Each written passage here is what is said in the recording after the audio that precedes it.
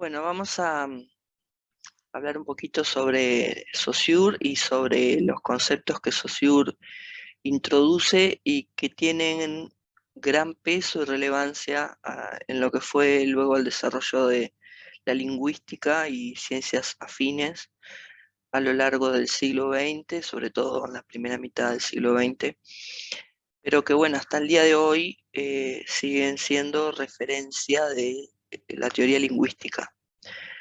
Saussure era un filólogo suizo que se interesó por definir algunos conceptos que a partir de él comienzan a tomar entidad dentro de lo que es la academia y luego, por supuesto, van a ser revisados por otros teóricos desde otras perspectivas y desde otros paradigmas científicos, ¿sí?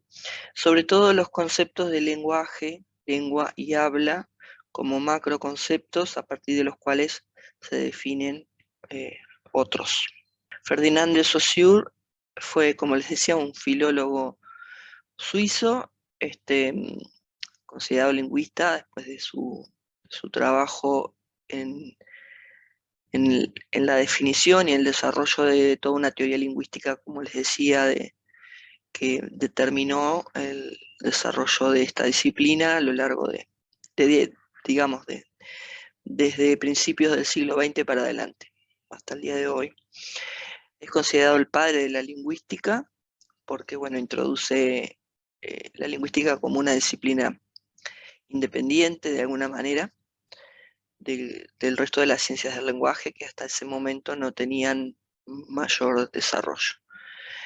Su libro de base se llama Curso de Lingüística General, es un libro que es de lectura obligada por quienes estudian la lengua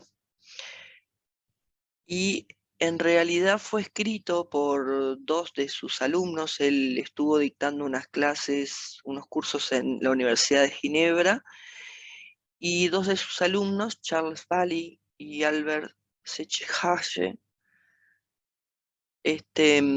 se tomaron el trabajo de recoger algunos apuntes de Saussure y los propios apuntes que ellos tomaban de las clases, aparte de recopilar apuntes tomados por otros 5 estudiantes que participaron de sus cursos, de sus 3 cursos, y con ello elaboraron, bueno, desarrollaron, digamos, por escrito toda la teoría que se toma como base luego en el desarrollo de esta disciplina lingüística. Saussure es considerado uno de los fundadores del estructuralismo lingüístico. Inicia esta corriente su desarrollo después de la muerte de Saussure a partir de la obra de otro lingüista, Roman Jakobson, que nosotros lo trabajamos con la teoría de la comunicación y sobre todo con el estudio de la situación de comunicación y los elementos de la comunicación, emisor, receptor, bueno, esos 6 elementos que ya hemos visto, que ya trabajamos. Y bueno, Roman Jakobson lo que hace es, digamos, tomar la teoría saussuriana y darle forma, digamos, desarrollarla y también eh, difundirla, ¿no? El estructuralismo luego va a tener su desarrollo en otras disciplinas a partir de la injerencia de autores de del siglo XX, como Levi Strauss, Balandier, Barthes, Greimas, Derrida, que extienden este concepto de estructuralismo a la antropología, a la historia, a la estética, a la filosofía y en general al conjunto de las ciencias sociales, ¿no? El estructuralismo como tal es una concepción científica de las ciencias sociales, entre las que se incluyen las ciencias del lenguaje, que se corresponde con el paradigma positivista desde las ciencias. Benveniste, que es Emile Benveniste, que es un lingüista también de gran prestigio dentro de las ciencias del lenguaje, en un artículo que escribió en el año 1977, llamado Saussure, medio siglo después, sostiene que Saussure considera el lenguaje como un objeto doble, donde cada una de sus partes no vale sino en función de la otra, ¿sí? Es decir que toda su teoría la desarrolla Saussure en términos de pares opuestos o antagonismos, ¿sí? O dobles dicotómicos, es decir, existe una cosa porque existe la otra que se contrapone, ¿verdad? Como un juego de oposiciones. En este sentido, los términos que opone en su teoría son los términos lenguaje, todo el lenguaje con el concepto de lengua, el concepto de lengua con el de habla, significante y significado, relacionado con el concepto de signo lingüístico, que es un concepto que introduce Saussure en sus clases, concepto de diacronía, sincronía, concepto de relaciones sintagmáticas, relaciones paradigmáticas que se dan en el interior de la lengua entre los signos, ¿sí? Y entre los, bueno, cuando digo signos, estoy hablando de lo que comprende el concepto de signo, que incluye su su representación material, que es el significante, y su representación conceptual, que es el significado. Como decía, el signo lingüístico es un concepto que introduce Saussure. El concepto de signo ya existía desde los griegos para adelante, pero el concepto de signo lingüístico es una novedad en este momento de la historia, y lo que el Saussure lo define como una entidad psíquica de dos caras que vincula en forma de interdependencia, por un lado el concepto y por otro lado la imagen acústica o sonora, ¿verdad? Que asociamos a ese concepto.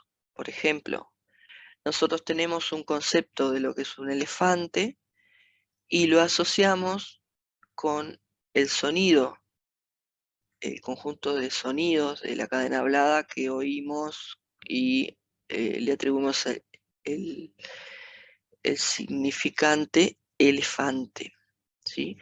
Al oír el término elefante, cada uno de los hablantes de la lengua española inmediatamente vincula esa cadena sonora con un concepto que tiene en relación a esa entidad del mundo que es este animal, ¿verdad? Lo mismo sucede con el concepto de perro, ¿verdad? El perro, el sonido, la secuencia sonora,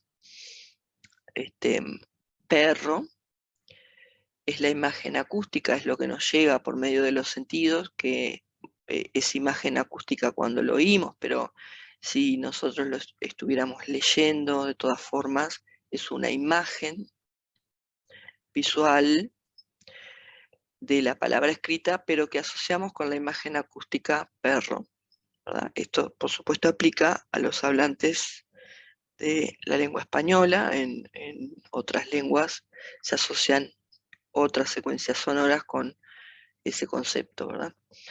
Y buscamos digamos, en nuestra mente la idea que tenemos en relación a lo que es un perro.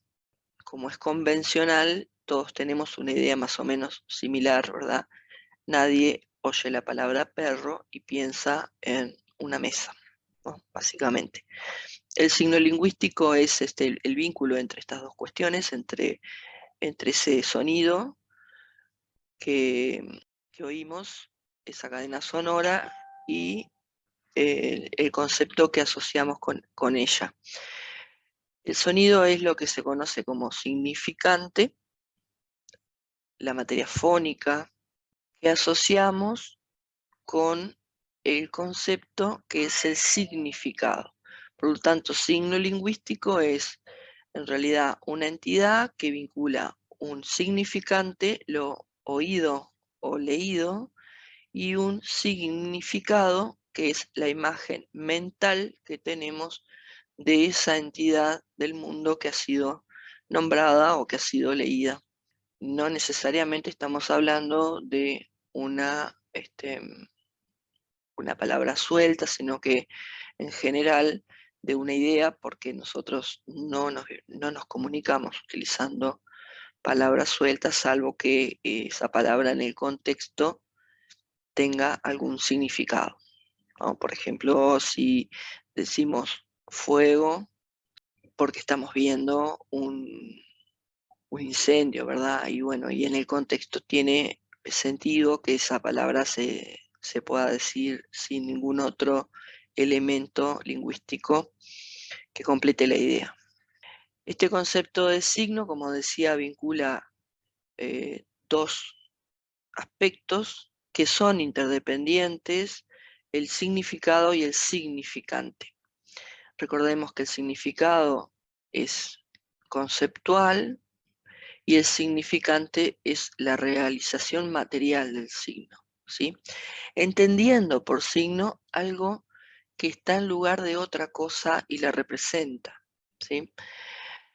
Nosotros tenemos esta capacidad sígnica de poder sustituir las entidades del mundo, las cosas y las ideas por términos que las dicen, por términos que las representan, ¿sí? Esta capacidad es lo que nos ha permitido desarrollar una lengua, un sistema lingüístico, ¿sí? Un código particular de signos lingüísticos que constituyen nuestra lengua. Saussure explicaba o expresaba que se podría comparar la interdependencia entre una y otra, y entre uno y otro componentes del signo, significado y significante, como una moneda, ¿verdad? Con una moneda, como si fueran las dos caras de la moneda, que no es posible de ninguna forma separar, ¿verdad? Sin que deje de ser lo que es, o sea, una moneda. Dentro del concepto de signo, o a partir del concepto de signo lingüístico que introduce Saussure, desarrolla también ciertos principios que le atribuye a este concepto, ¿sí? Entonces, en este sentido, habla de dos grandes propiedades del signo, que son la arbitrariedad y la linealidad. La arbitrariedad refiere a que los signos son inmotivados, son producto de convenciones entre las personas, entre las comunidades de habla. Por lo tanto, no es que alguien crea una palabra, digamos, un signo para nombrar alguna cosa que se le ocurra y todo el mundo sabe qué es lo que está nombrando, ¿verdad? Porque en realidad los signos lingüísticos nos preceden. Es decir, que cuando una persona nace, ya existe un conjunto de signos lingüísticos de su lengua que constituyen su lengua materna, que la persona va a aprender, pero que no va a inventar palabras para nombrar las cosas a su antojo, porque justamente no cumpliría, esos signos no cumplirían la función fundamental que es la de la comunicación, ¿sí? En este sentido es arbitrario, el signo no tiene relación con el objeto.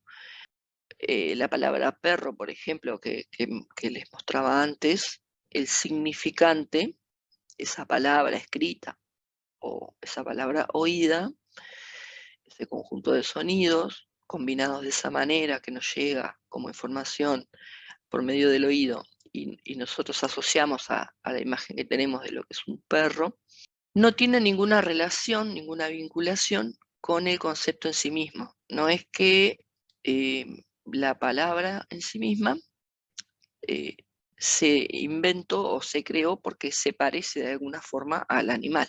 O sea, no hay un vínculo en ese sentido. Por otro lado, otro de las propiedades de los signos es la linealidad, según Saussure, que tiene que ver con que siempre en una cadena hablada o una cadena escrita, en la elocución, cuando alguien dice alguna cosa, los signos se organizan y se vinculan presentando una cierta extensión en el tiempo y en el espacio. Es decir que recibimos la información de manera lineal. Se dice una cosa, luego se dice otra cosa, luego se dice otra cosa, y a su vez tienen entre ellas un vínculo que está regulado por las normas de la lengua. Basta con ver un texto escrito para darnos cuenta de la direccionalidad de la escritura y de la linealidad que existe entre unos y otros signos, ¿sí? En nuestra lengua, básicamente en la cultura occidental, los signos se ordenan, se organizan de izquierda a derecha en el texto escrito. Asociados a estos principios aparecen los principios de inmutabilidad y mutabilidad también propuestos por Saussure, que tienen que ver con que un poco explican de alguna manera también la arbitrariedad del signo, ¿no? El signo es convencional, es producto de una convención, de un acuerdo, ¿sí? Que es un acuerdo tácito, no es un acuerdo que se firmó, ¿verdad? Un acuerdo para que esa palabra significara tal o cual cosa, sino que las comunidades de habla fueron acordando de manera tácita el hecho de que se nombrara alguna cosa y se comenzara a difundir y se comenzara a utilizar ese signo y por lo tanto terminara incorporándose al sistema lingüístico de esa comunidad de habla, hasta llegar a significar algo. Dentro de este principio de arbitrariedad aparecen estos dos conceptos, inmutabilidad y mutabilidad del signo, que refieren a que, por un lado, es inmutable en el sentido de que no puede cambiarse a antojo del hablante, está institucionalizado, es convenido, existe, como les decía, nos trasciende y no podemos cambiarlo porque se nos antoja, que no queremos que mesa siga siendo mesa y queremos que sea, que tenga otro significante asociado, sino que es inmutable, es imposible cambiar en nuestra propia existencia en el mundo, durante el periodo de nuestra existencia en el mundo, cómo es que se dicen las entidades de ese mundo, ¿sí? En nuestra lengua materna. Pero por otro lado, también es mutable, también tiene la condición de mutabilidad, porque a lo largo del tiempo sí han ido evolucionando algunos términos, ¿no? Basta con pensar que el español que nosotros utilizamos es una evolución, una de las evoluciones del latín, y hay otras evoluciones del latín, como el francés, como el portugués, como el italiano, ¿verdad? Entonces, si nosotros comparamos las lenguas de origen latina en su estado actual, vemos que hay algunas cuestiones que siguen siendo comunes y otras cuestiones, sobre todo lo que tiene que ver con la gramática, y otras cuestiones que han mutado, que han cambiado, ¿sí? Esto se debe a varios factores que, bueno, no vamos a desarrollar en este momento, pero geográficos, políticos, históricos. Esa mutabilidad del signo permite que vaya evolucionando a lo largo de la historia de acuerdo a las necesidades comunicativas de las comunidades de habla.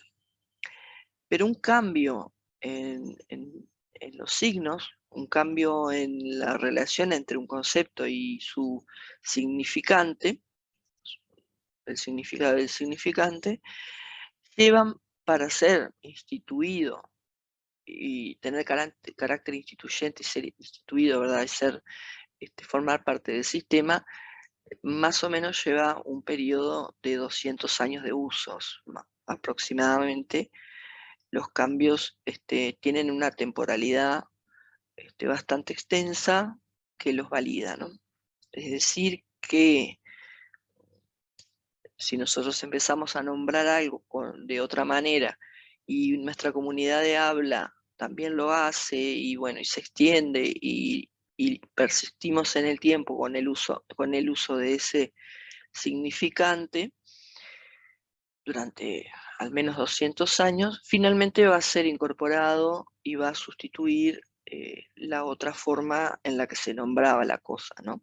O la idea, bueno, o lo que sea.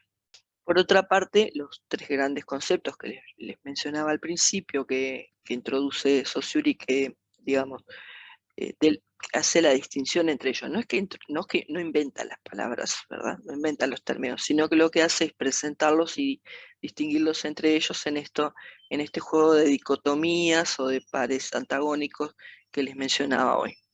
Por un lado, el lenguaje, que lo define como la facultad natural que tenemos de crear una lengua. Es una facultad que es propia de los seres humanos, que tienen la posibilidad, nacen con la posibilidad de crear una lengua, ¿sí? No es que cada ser humano va a crear una lengua propia, sino que va a lograr aprender la lengua que ya está instaurada en su comunidad de crianza, en su comunidad de habla, ¿sí? Pero el lenguaje en Saussure es la facultad, es la posibilidad, no es el sistema en sí mismo, sino es la posibilidad de aprender el sistema y de usarlo. ¿Ah? En este sentido es que distingue el lenguaje, ¿verdad?, esta facultad de los seres humanos, con el concepto de lengua, que en realidad es el conjunto de normas y de signos de nuestra lengua, de nuestro sistema lingüístico, ¿sí?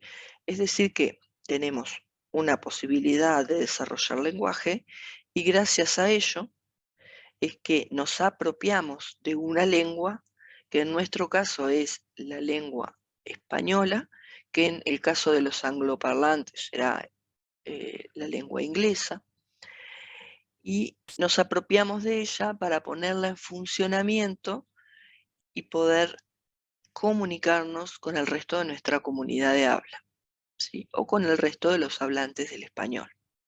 Bien, la lengua es el producto social de esa facultad de lenguaje, es decir, gracias a la facultad de lenguaje es que se ha producido este corpus conocido como lengua, o este conjunto de signos, este sistema de signos, este código y las normas que lo regulan, que se conoce como lengua. La lengua existe en el seno de las sociedades como una convención, un conjunto de convenciones, que después cada individuo particularmente pondrá en funcionamiento mediante el habla. El habla en este sentido es el acto individual de realización de una lengua. Es decir, porque tenemos una facultad de lenguaje, la facultad de aprender un lenguaje y desarrollar un lenguaje, hemos desarrollado un sistema de signos que constituye la lengua de nuestra comunidad de habla. Ahora bien, todos participamos de esa comunidad de habla y conocemos esa lengua con más o menos, digamos, profundidad, pero tenemos por lo menos los elementos principales que nos habilitan la comunicación, conocemos la gramática de esa lengua, conocemos los signos que constituyen esa lengua, es decir, las palabras, las diferentes clases de palabras, cómo se combinan y demás. Y luego, en cada acto individual, cada vez que hablamos, cada vez que escribimos, con la finalidad de comunicarnos, lo que hacemos es tomar de ese sistema lengua el corpus necesario para efectivamente realizarlo y lograr la comunicación con el otro.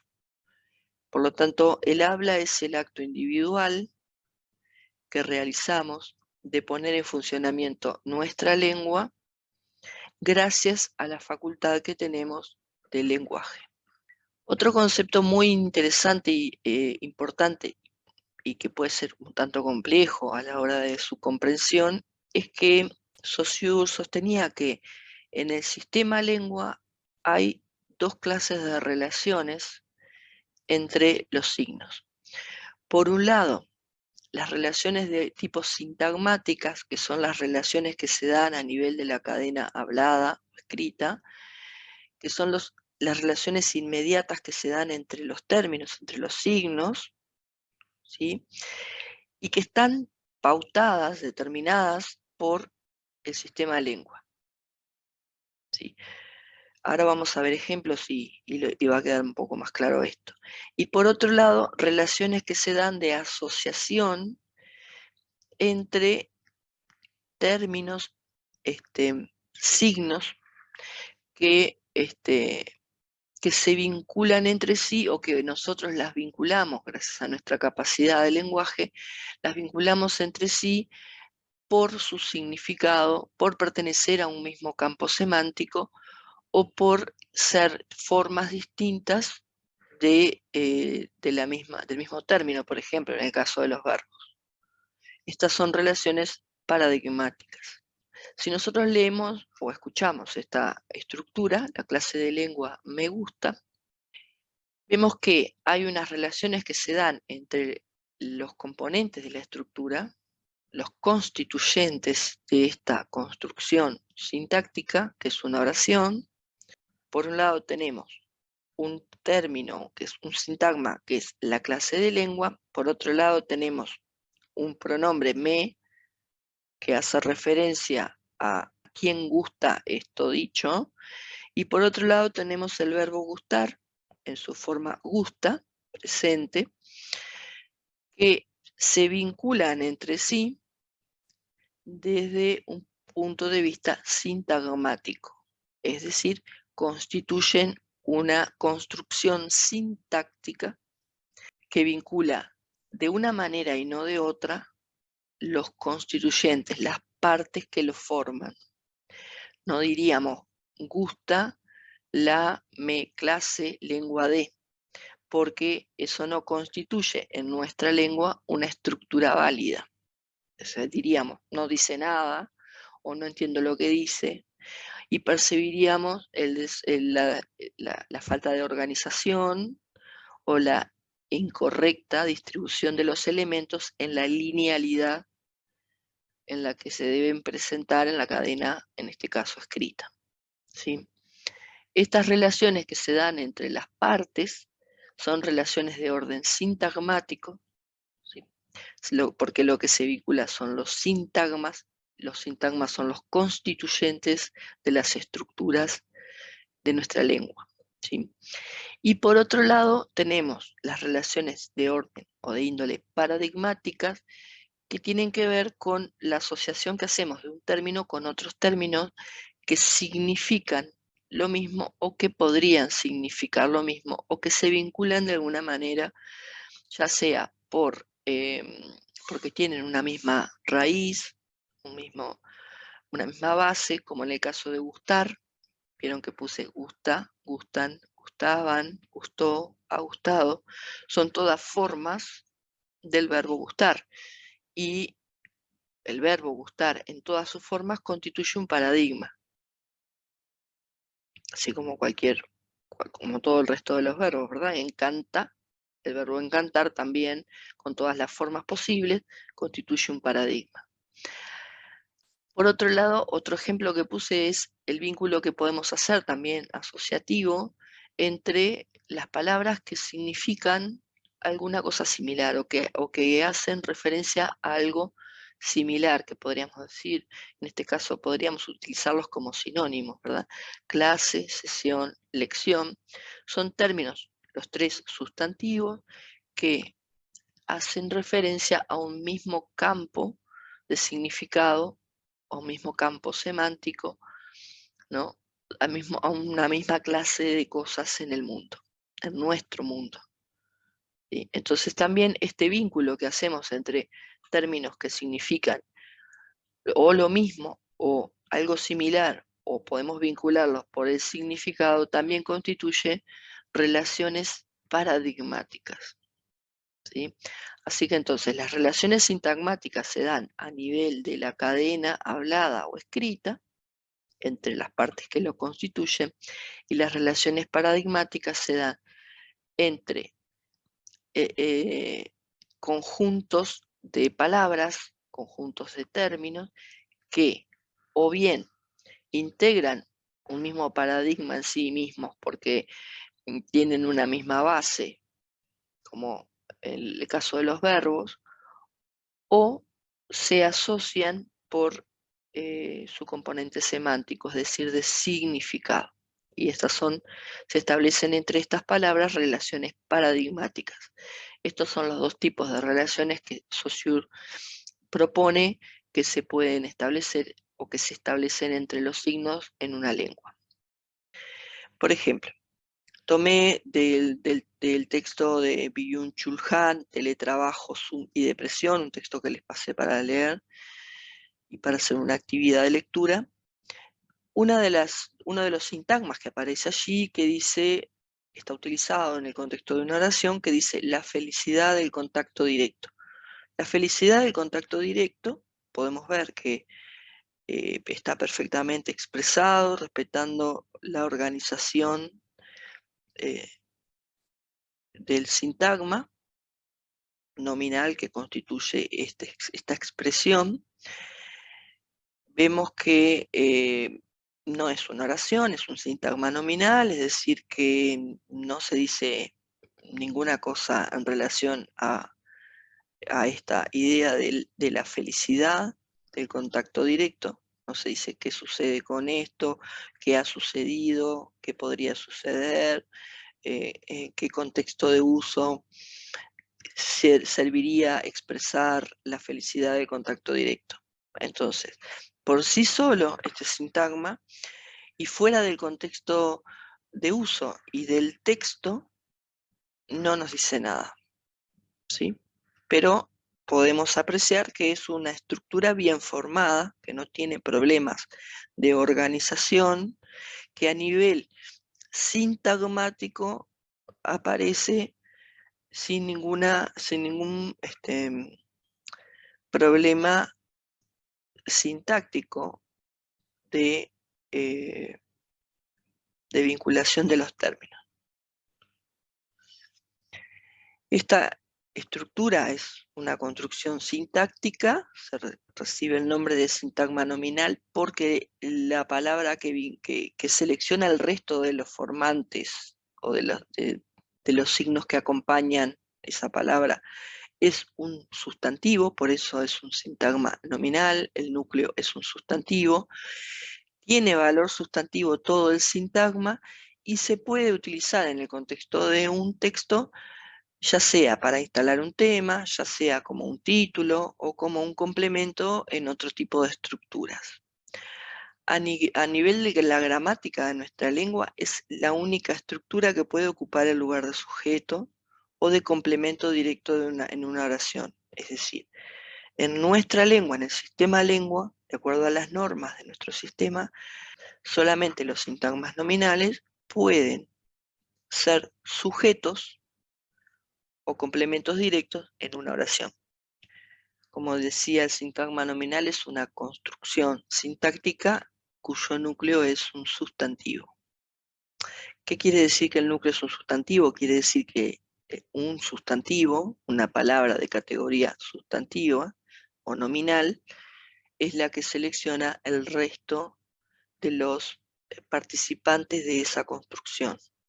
Las relaciones que se dan entre las partes que integran esta construcción, la felicidad de contacto directo, son relaciones sintagmáticas que determinan que, por ejemplo, podemos decir sin ningún problema la felicidad del contacto directo y eso tenga un sentido, pero que no podamos decir contacto del directo la felicidad, si ordenar de la forma que se nos antoje esas palabras en la locución, porque deja de tener sentido. Esta forma de organizar los constituyentes está determinada por relaciones de tipo sintagmáticas, es decir, estas relaciones que se dan a nivel de la cadena, hablada o escrita. De acuerdo a nuestra lengua, los signos deben ubicarse en determinado orden y respetando ciertas reglas para que signifiquen algo para otro hablante de la misma lengua. No es que porque conocemos un conjunto de palabras y las decimos en cualquier orden o vinculándolas de cualquier forma con otras palabras, otro hablante de nuestra lengua que también conoce las mismas palabras va a entender lo que queremos decir. Hay unas reglas, un conjunto de reglas que debemos conocer y respetar para que el otro pueda comprender lo que decimos, para cargarlo de significado, ¿verdad? Por ejemplo, acá en esta diapositiva yo puse varias estructuras sintácticas, varias construcciones sintácticas. Todas son sintagmas nominales del mismo tipo: la felicidad del contacto directo, el amor de las mascotas, la soledad de la vejez, la ansiedad de los estudiantes, los sentimientos de los padres, la desolación de los refugiados. Si observamos estas estructuras, todas son sintácticamente idénticas, es decir, que todas están organizadas de una misma manera y todas vinculan una misma clase de, de palabra como núcleo, el nombre o el sustantivo, y luego la estructura que se ha formado en torno a ese sustantivo es del mismo tipo. Fíjense que todas comienzan con un artículo, que es un determinante, la, el, la, los, y luego aparece el sustantivo y lo que modifica el sustantivo, que va a tener un valor, en general, un valor adjetivo, ¿verdad? La felicidad del contacto directo, esa felicidad y no otra felicidad. El amor de las mascotas, el amor de ese, es de ella, sino de otros seres, ¿verdad? Que no sean mascotas. Y así en cada uno de los casos. Podemos decir que estas estructuras son, desde el punto de vista sintáctico, idénticas, es decir, que están formadas de la misma manera, aunque los términos son distintos, aunque son distintos los signos que utilizamos, pero la estructura es idéntica. En cuanto a las relaciones paradigmáticas, a su vez, aparte de que los signos se vinculan entre ellos en la cadena hablada o escrita de determinada manera y no de otra, a su vez cada uno de los signos se asocia en nuestra lengua, en nuestros conocimientos que constituyen el sistema lengua, con otros signos que integran un mismo paradigma o un mismo conjunto de cosas o conjunto de signos, podríamos decir, un mismo grupo o categoría. Por un lado, fíjense que los artículos integran un grupo conocido como determinantes que tiene varias posibilidades: la, el, los, unos, la, tus, mis, nuestro, ese, aquella, alguna y muchos más.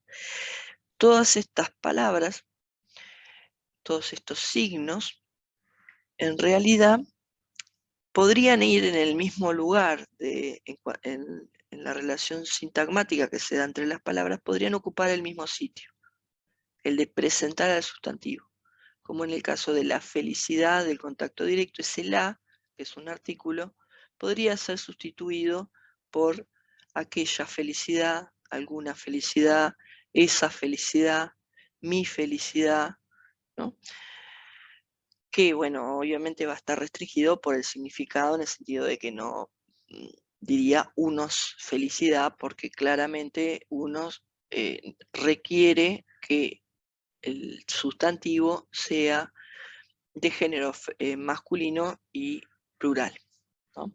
Pero cuidando esos vínculos de orden sintagmático, todos estos términos que podrían ocupar el mismo lugar en la estructura integran un conjunto paradigmático, es decir, que se vinculan de manera paradigmática, integrando un mismo grupo o categoría o clase de palabra en este caso. Lo mismo pasa con los sustantivos: felicidad, tristeza, ansiedad, desolación, sentimientos, amor, que también integran una misma clase de palabras que son sustantivos. Todos son sustantivos, e incluso más allá de que son sustantivos, los elegí especialmente porque todos refieren a alguna sensación o sentimiento humano. A su vez establecemos relaciones de significado. Asociamos un significado con otro significado, aparte de establecer asociaciones de tipo categorial, es decir, asociamos clases de palabras, también asociamos los significados de las palabras.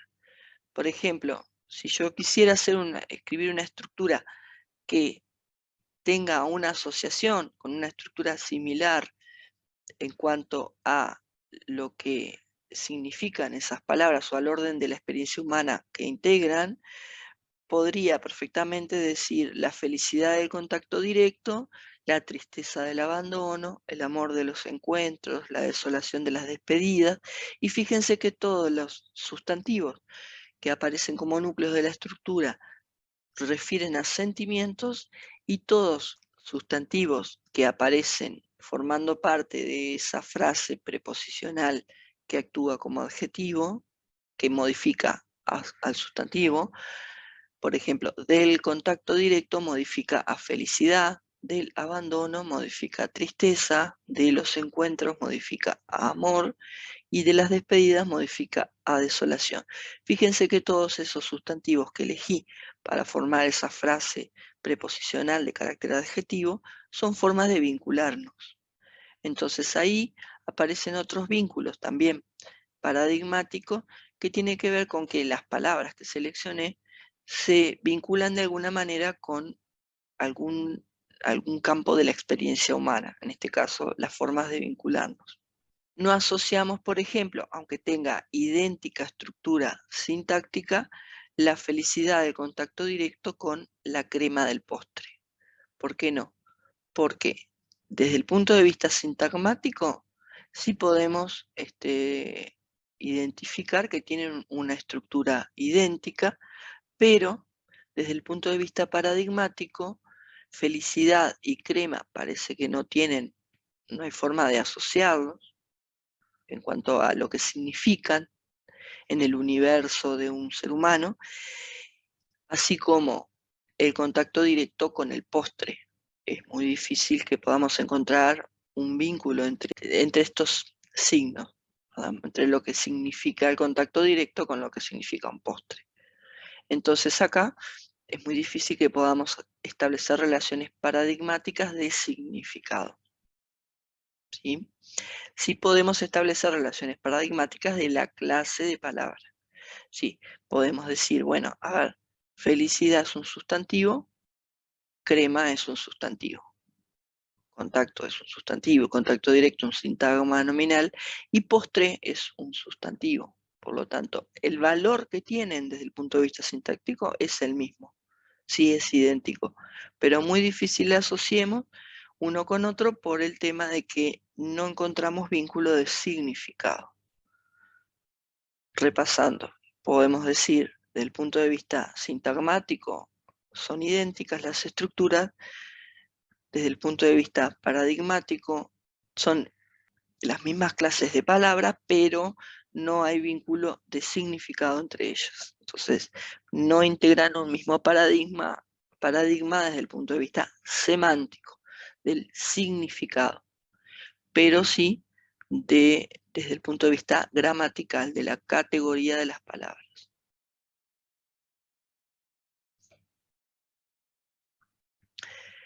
Fijémonos en estos ejemplos que son estructuras oracionales que formé con el sintagma la felicidad del contacto directo, y veamos la diferencia que hay entre ellas. La felicidad del contacto directo ha desaparecido, la felicidad del contacto directo desapareció, la felicidad del contacto directo desaparecerá, la felicidad del contacto directo desaparecía.